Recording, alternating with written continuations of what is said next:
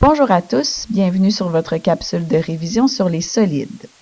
Comme on le sait, les solides sont des figures à 3 dimensions. On peut les classer en différentes équipes. La première, les pyramides. Les pyramides sont les solides qui sont bâtis principalement avec des faces en forme de triangle. Les côtés sont des triangles.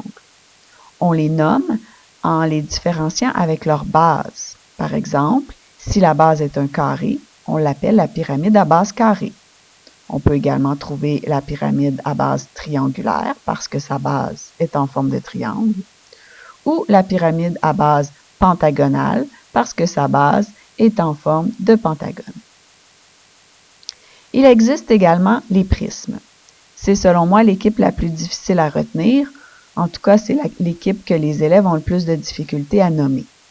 Les prismes sont bâtis principalement avec des rectangles, donc les côtés du prisme sont majoritairement des rectangles. Comme les pyramides, on les différencie à partir de leur base.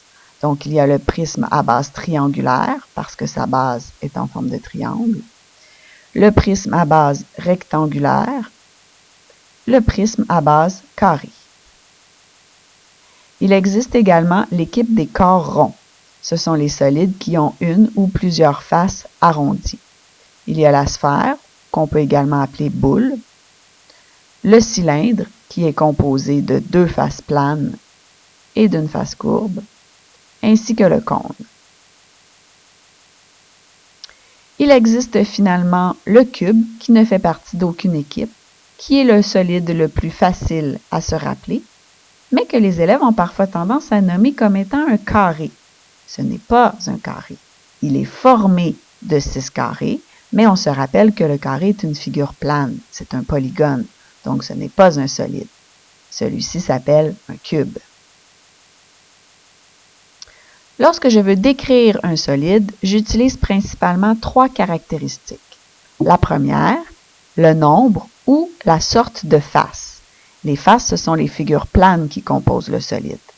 Par exemple, sur cette pyramide à base carrée, j'ai 5 faces. 4 faces qui sont en forme de triangle et une face en forme de carré. Je peux également utiliser la caractéristique des arêtes. Les arêtes, ce sont les droites qui sont communes à 2 faces d'un solide. Souvent, on a tendance à dire ligne, mais le terme mathématique est arête. Sur ce solide, sur cette pyramide à base carrée, j'ai 8 arêtes. 4 autour de ma base en forme de carré et 4 qui pointent vers le haut, donc 8 en tout. Finalement, la dernière caractéristique, c'est les sommets. Les sommets, c'est les coins, les extrémités qu'il y a entre 2 ou plusieurs arêtes. Sur cette pyramide à base carrée, j'ai 4 sommets à ma base et j'ai un sommet tout en haut, donc pour un total de 5. Voilà ce qui met fin à la capsule sur les solides. N'oublie pas de laisser un commentaire.